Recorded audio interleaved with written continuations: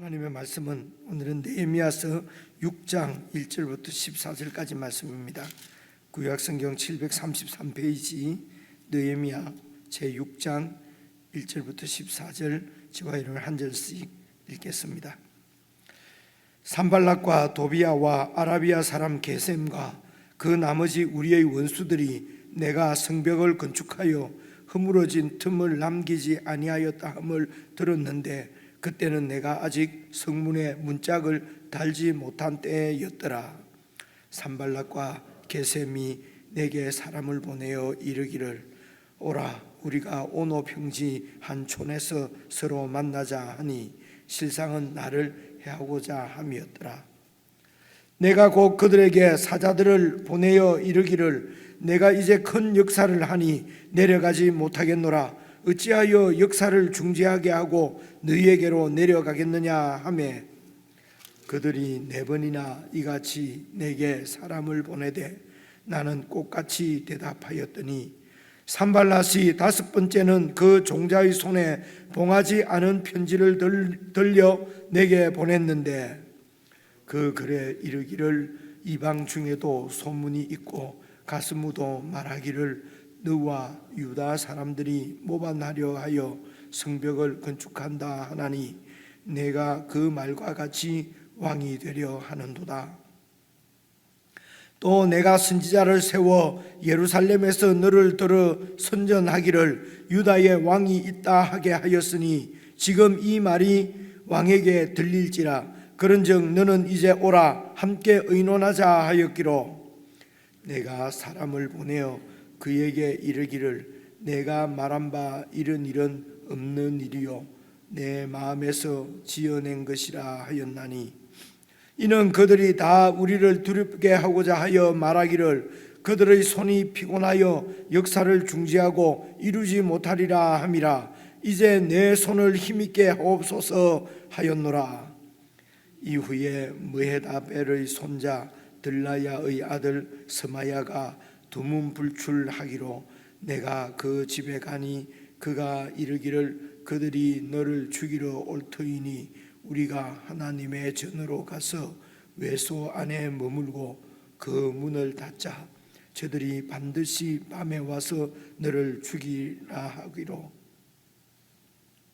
내가 이르기를 나 같은 자가 어찌 도망하며 나 같은 몸이면 누가 외소에 들어가서 생명을 보존하겠느냐. 나는 들어가지 않겠노라 하고 깨달은즉 그는 하나님께서 보내신 바가 아니라 도비야와 산발랏에게 뇌물을 받고 내게 이런 예언을 함이라.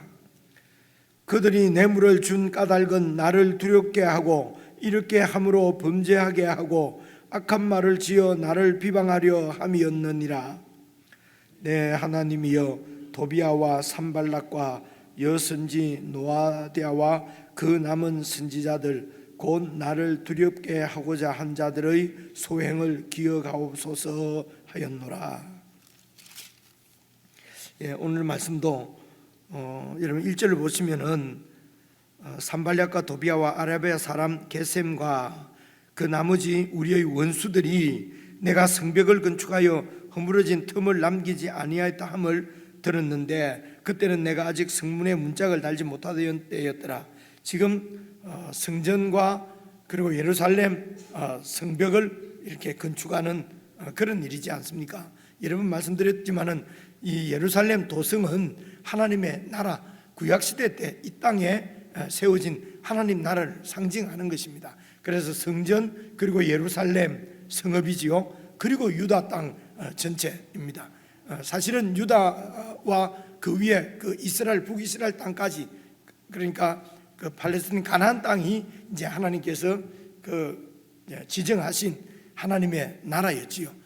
그래서 하나님의 나라는 사실은 이스라엘 유다와 이스라엘을 넘어서 온 세상입니다. 그래서 이 세상뿐만 아니라 그 보이지 않는 세계 즉 그 영적인 세계 영계까지도 다 사실은 하나님께서 지으시고 하나님께서 통치하시는 나라지요. 그런데 이 하나님의 통치를 거역하고 그 통치를 받지 않는 그것까지도 물론 하나님께서 다 왕이시기 때문에 그래서 이원론이 아니고 이제 이 기독교 세계관은 일원론이라 그래요. 온 전체를 하나님 실제적인 다스리는 왕은 하나님이십니다. 하나님이신데 이제 이 땅에 여러분 그 제국들이 이 하나님이 뭐의 통치를 제국에서는 볼 수가 없고, 그러니까 제국의 황제가 다스리는 나라인 것처럼, 그리고 또 이런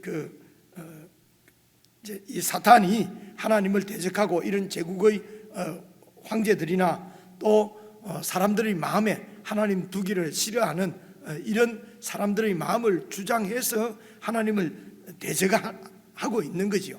그래서 하나님의 통치가 없는 것이 아니라 하나님의 통치가 이제 드러나지 않는 것입니다. 이제 그런 세상 가운데서 하나님이 아브라함을 택하시고 그의 후손들로 가나안 땅을 그들에게 주셔서 그곳에서 하나님의 통치를 받고 살도록, 그래서 주신 법이 율법이고, 그리고 그들의 영원한 왕이 바로 하나님인 것을 이제 가시적으로 드러내는 것이 성전이거든요.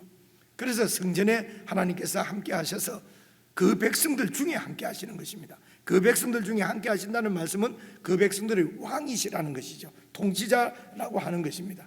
그래서 이 성전이 바로 그런 하나님의 통치 나라를 상징하는 것이고, 그리고 그 백성들이 사는 이런 상징이 바로 이 예루살렘 성인 것이죠. 그리고 유다 땅, 이스라엘 땅까지 이제 이렇게 확장되는 것을 우리가 볼 수가 있습니다. 그런데 그 성전이 무너지고 그 예루살렘 성읍이 무너졌다는 것입니다. 이 말은 이제 그래서 세상에서는 하나님이 없는 것처럼, 하나님이 실패한 것처럼, 그래서 하나님의 나라가 멸망한 것처럼 이제 그렇게 다 보이는 것이죠. 그런데 하나님께서는 계속 선지자를 통해서 말씀하시는 것이 바로 그 백성들을 정말 하나님만 의지하고, 그들이 계속 이방을 의지하고 우상들을 의지하니까 그런 이방의 땅에, 그리고 우상의 땅에 그들을 보내서 그곳에서 참 하나님이 여호와 하나님인 것을 그들이 뼈에 사무치도록 그렇게 배우고, 그 하나님을 정말 마음을 다해서 붙잡고, 그렇게 해서 하나님의 나라는 꼭 이 예루살렘뿐만 아니라 이방 땅에서도 하나님과 함께 하고 하나님을 섬기고 하나님 말씀을 그대로 따라서 순종하면은 그곳에서도 하나님께서 통치하신다, 하나님이 임재하신다는 것을 사실은 이제 포로로 잡혀간 백성들이 그런 하나님을 이제 배우게 된 거지요. 이스라엘 땅에 있을 때, 유다 땅에 있을 때, 예루살렘의 성전이 있을 때는 하나님은 그곳에만 있는 줄 알았던 거지요.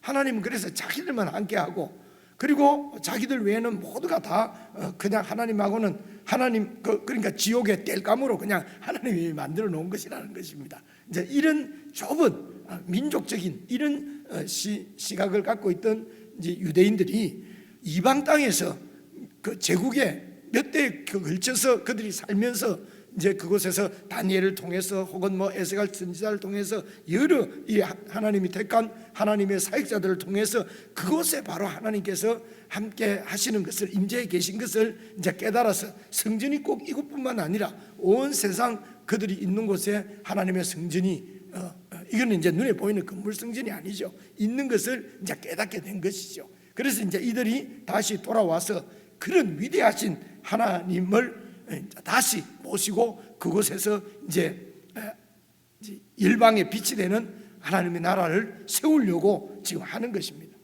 이런 원대한 뜻을 가지고 이제 왔습니다. 와서 그곳에서 이제 성전을 세우고 예루살렘 성읍을 세운다는 것은 바로 오늘 우리가 말하는 하나님 나라를 세우는 것입니다.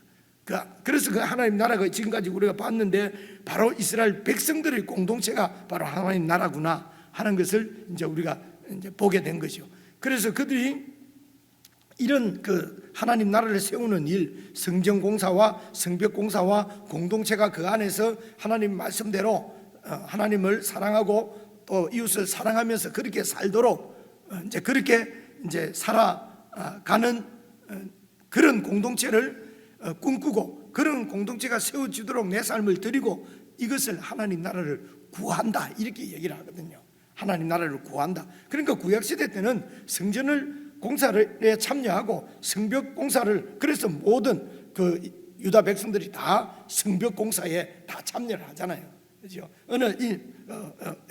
어떤 사람들만, 일부분만 그렇게 참여하는 것이 아니라 이제 모든 백성들이 다 그 하나님 나라를 구하고 그 나라를 세우는 일에 이제 동원된 것을 볼 수가 있습니다. 여기에 느헤미야가 지도자로서 이제 그들을 이렇게 통솔을 해서, 그래서 이 지도자는 여러분 오늘 교회로는 여러분 1차적으로는 목사로 보면 안 됩니다. 교회의 어떤 지도자를 보면 안 되고요. 그분이, 느헤미야가 상징하는 그분이 바로 예수 그리스도십니다. 다윗이 상징하는 그분이 바로 예수 그리스도시거든요. 모세가 상징하는 그 분이 바로 예수 그리스도십니다. 성전이 상징하는 것도 예수 그리스도시고요. 그래서 우리가 어떻게 하든지 모든 성도들이 예수 그리스도의 통치를 받도록, 그분의 음성을 듣도록, 그래서 서로 우리가 격려하고 서로 이렇게 가르치고 배우면서 함께 예수 그리스도의 통치를 받아서 살아가도록, 그렇게 해서 하나님 나라가 세워지는 것이거든요. 물론 교회 지도자들이 이제 그렇게 백성들을 잘 이끌어서 그렇게 해야 되지요. 그런데 이것이 계속해서 예수님께 초점을 맞추지 않으면은 여러분 어느 순간 예수님은 없어지고 사람이 그냥 그 자리를 대신하게 되기 때문에 그렇습니다. 가정에서도 마찬가지입니다. 가정에서도 계속 예수님께서 우리를 도우시고, 예수님께서 우리에게 모든 것을 필요를 주시고, 모든 좋은 것은 다 예수님으로부터 다 오고, 예수님께서 우리를 건강도 지키시고 재정도 지키시고, 그래서 온 가족들이 다 예수님을 의지하도록, 자녀들이 어릴 때부터 예수님을 의지하도록, 부모가 아니고 남편이 아니고 엄마가 아니고 예수님을 의지하도록 그렇게 이제 살아가는 것이 하나님 나라를 구하는 것이거든요. 그렇게 하지 않고 사람 지도자가 나서서 어떤 이런 카리스마를 가지고 교회를 이끌게 되면은 여러분 선명하게 예수님이 보이지가 않아요. 그 사람만 보이게 된단 말입니다. 그렇죠? 사람들에게는 다 사람들로부터 이렇게 존경받고 싶고, 사람들로부터 이렇게 그러니까 존재감이죠. 그렇죠? 내 존재감을 느끼고, 그래서 인정을 받고 이렇게 해야 산다고 뭐라고 그럽니까? 무슨 상담학이니 무슨 인문학이니 사람학이니 이런 데 보면 다 그렇게 얘기를 합니다. 여러분 그거는 하나님 없는 세상 학문이에요. 그죠? 성경은 모든 곳에 우리의 존재감은 예수님 안에서 존재감이 있는 것이죠. 그죠? 그래서 이 예수님 안에서 정말 우리가 하나님의 백성으로 하나님 나라를 구하는 사람이라고 하는 이 믿음이 분명하면은요, 사람들한테 인정받으려고 사람들 이렇게 그렇게 할 필요가 없는 것이죠. 우리는 그저 하나님 나라를 구하는 거죠. 그래서 이것이 이렇게 해야 되겠다, 하나님 나라를 구해야 되겠다, 어떻게 하는 것이 하나님 나라가 구하는 것인가, 이제 처음 배울 때는 그렇게 해야 됩니다. 그냥 해야 되는데, 그냥 그래도 한 10년쯤 믿으면은 그냥 우리 삶 자체가, 생각 자체가, 그냥 살아가는 행동하는 모든 것들이 그것이 하나님 나라를 향할 수 있도록 사실은 향하게 되어 있는 것이요. 그죠? 이제 그렇습니다. 그래서 지금 이렇게 이제 문짝만 다는 것만 남았다 그러잖아요. 그럼 이제 곧 이 하나님 나라가 이제 이 성전 공사가, 성전 공사하면은 성읍의 성읍의 성벽까지 쌓는 것까지 다 합쳐서 사실은 성전 공사죠. 그죠? 그리고 더 나아가서는 백성들이 어제 말씀 그제 말씀 보셔서 아시겠지만은 백성들이 율법대로 살지 않지 않습니까? 그죠? 그렇게 되면 아직도 성전 공사가 끝난 건 아니지요. 그래서 느헤미야 시대 때도 진짜 성전 공사는 백성들이고요. 이제 오늘은 건물이 아니라 정말 우리 그리스도인들, 교회 성도들 한 사람 한 사람이 이렇게 성전을 하나님이 거하실 거룩한 성전으로 세워져 가는 것이, 그게 바로 하나님이 지금 성전 공사를 하는 것이죠. 그래서 이제 여기 보면 이제 문짝만 달면은 성전 공사가 완성되지 않습니까? 성벽의 문짝만. 그런데 그때까지도 그 문짝을 달지 못하도록 어떻게 하든지 이 성전 공사를 방해하려고 하는 세력은 이거는 집요합니다. 그렇죠? 산발락과 오늘 나오는 산발락과 도비야, 게셈, 이거는 하도 나오니까 그냥 저절로 외워지지 않습니까? 그죠? 산발라 도비아 게셈 나쁜 놈 이렇게 산발라 외울 필요도 없는 이름들인데, 이 사탄 이름인데 이런 게 기억에 남을 정도로 계속 나온단 말입니다. 그만큼 사탄의 역사는 집요합니다. 그죠? 그래서 끝날 때까지 끝난 게 사실은 아니에요. 이제 문짝만 닮으면 되는데, 그때에도 그런, 여러분 1절에도 보시면요, 내 성벽을 건축하여 허물어진 틈을 남기지 아니하였다. 그래서 교회 공동체도 사탄이 들어와도 이게 서로 오해가 생기고 이간질 당하고 하는 것은 다 성벽에 틈이 있어서 그런 거거든요. 그래서 사탄은 어떻게 하든지 이 성벽에 틈을 내려고 하는 것이에요. 그죠? 그런데 이 성벽들이 정말 말씀이 굳게 성도들이 할 수 있으면 틈이 안 나지요. 가정에서도, 또 부부 사이에, 부모와 자식 사이에, 교회에서도 목사와 성도 사이에, 장로와 목사 사이에, 장로와 성도 사이에 어떻게 하든지 틈을 내서 그렇게 해서 이 성벽이 허물어지도록, 하나님의 나라가 세워지지 못하도록 이들이 집요하게 공격하는 것을 볼 수가 있습니다. 그래서 2절에는요, 산발락과 게셈이 느헤미야에게 사람을 보냈어요. 그제 말씀까지는 계속해서 유다 백성들을 막 두렵게 했는데, 이제는 보니까 이 느헤미야 저 한 명만 넘어뜨리면 되겠다 싶은 거죠. 그래서 아마 이렇게 했을 것입니다. 이제 우리가 방해를 했지만은 공사가 거의 완료돼 가니 느헤미야여, 이제는 더 이상 방해하지 않겠다. 그러면 이제 우리가 이곳에서 같이 평화롭게 살아야 될 거니까 우리 회담을 하자. 아마 이렇게. 그럼 듣기에 따라서는 이들이 집요하게 우리를 방해하더니만 이제는 이제 우리가 이렇게 공사를 끝내 가려고 하니까 이들이 우리와 화친하자고 하는구나. 그리고 끄떡끄떡 나갔으면은 바로 그 2절 보시면은요, 실상은 나를 해하고자 함이었더라. 그죠? 화해하는 것 같았지만은 실상은 나를 해하려고 하는 것입니다.